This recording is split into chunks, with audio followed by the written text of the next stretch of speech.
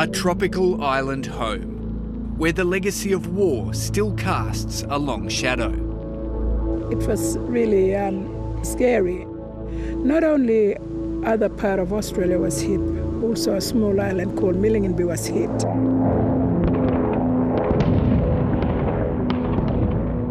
Smoke rising from a bombed ship, buildings destroyed, planes wrecked.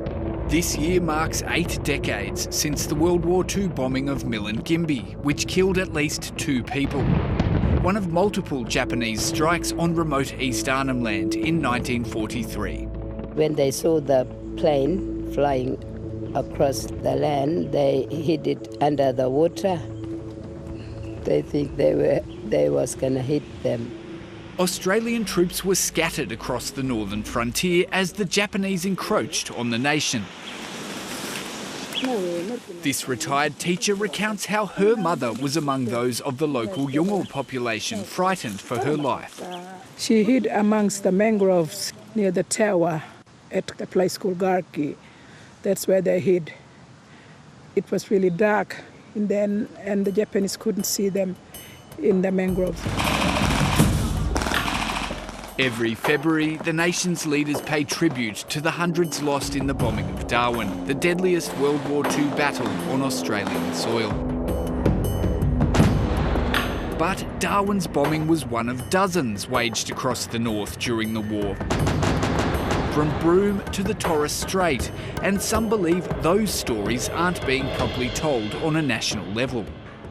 My personal view is that it's one of the most significant historic facts in Australia's history, but unfortunately it seems to have been sort of put in the bottom drawer since 1942. It was a rude awakening to Australians. During wartime, the brutal raids on the north were played down to the southern public so as not to inspire panic. But this top-end historian believes there's no excuse for the stories to still be kept largely silent, and he says Canberra's War Memorial should be doing more to preserve them. So we don't know why they're not telling the story. It's certainly not, in my view, not balanced.